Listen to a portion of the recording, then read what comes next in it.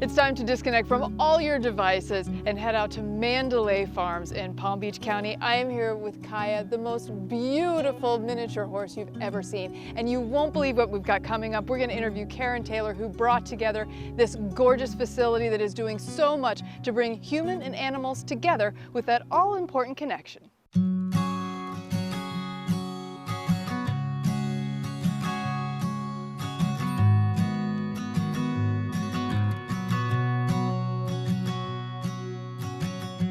Hi, welcome to Mandalay Farms. I'm Karen Taylor and I'm here with Gia, our 1.5-year-old spider monkey.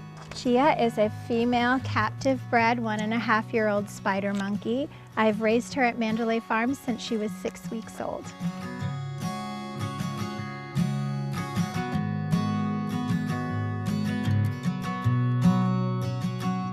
Thanks for tuning in to Passport to the Palm Beaches. I'm your host, Jacqueline Journey, and it is time to disconnect from your devices and get in touch with nature. We're here with the awesome Karen Taylor. You have created this oasis in Palm Beach County, Mandalay Farms. Tell us a little bit about how you got into this. You started out as a runway model and an actress, and here you are amongst all these fantastic animals.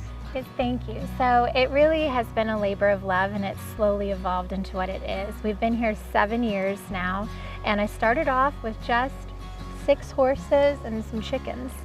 And so we have expanded into a fully licensed private zoo, and we have 22 horses. We breed miniature horses here, and we have about 85 exotic and farm animals that range from llamas to emus, kangaroos, spider monkeys, quadrumundis, you name it, we probably have it.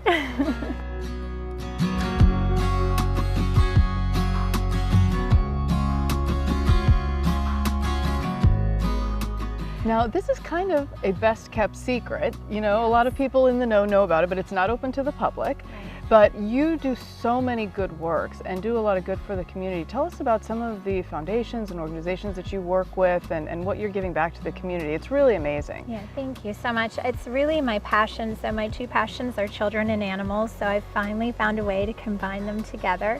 And I work with foster kids and veterans and women that have gone through domestic violence situations. And then for our general kids all across the board, including our kids with individual disabilities, we bring them in and we do our farm program and our animal education program, and really that's working with any animal. So children on the autism spectrum sometimes fixate on a particular animal, and so we're able to do that. Children with dyslexia can read to an animal of their choice, practice reading. And that's a great way to get them through, the difficulty of practicing reading again and again. So we like to support that. Our new program that I'm really excited to do is we want to train kids who have aged out of the foster care system in animal care jobs, either as a zookeeper or an equestrian groom. So we want to put them through a trained internship program here so they can go on to make money, whether they want to save up for college and do something else or if that's their career path.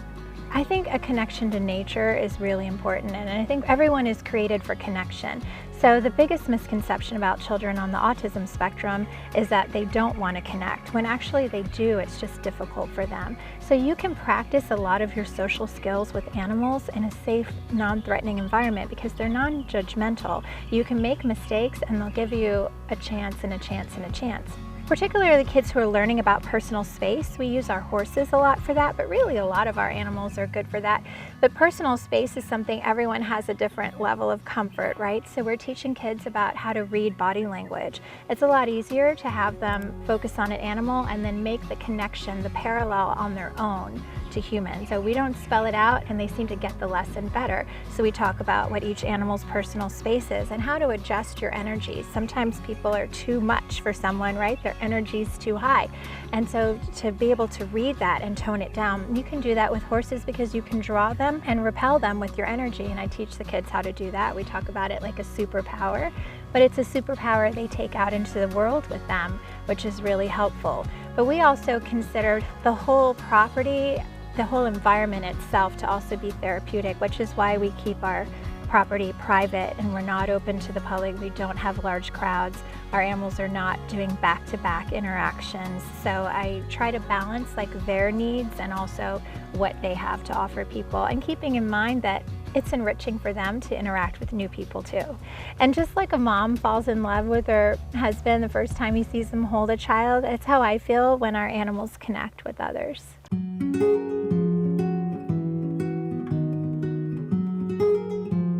I feel really blessed to be able to interact with these animals and to be able to share them with other people, and that's the important part. Our whole build out here was never about just me having this private thing all to myself or all to my children. It's always been about what you can put back out in the world and what you can share. And that's a philosophy that we started our family foundation with, and that I run Mandalay Farm Zoological Society with, is that everything you're given, your time, your talents, your resources, it's never meant just for you. It's meant to be shared with the world. And I think if everyone puts what they have out into the world, it'd be such an amazing place.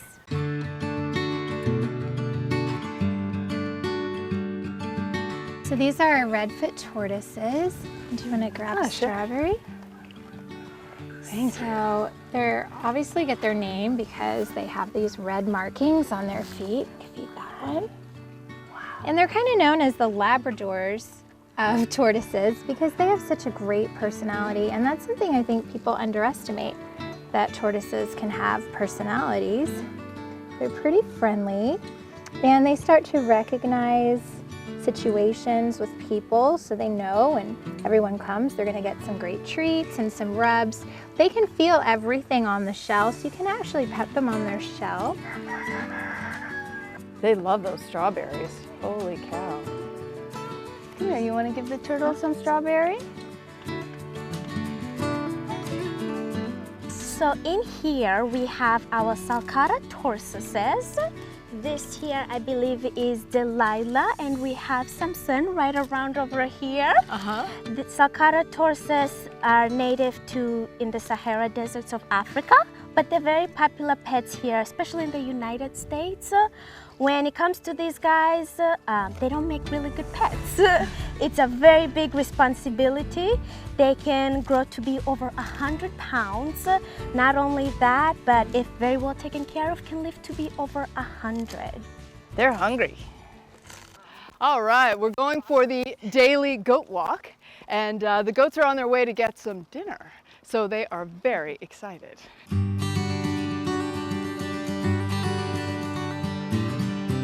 It's been important to me that I balance.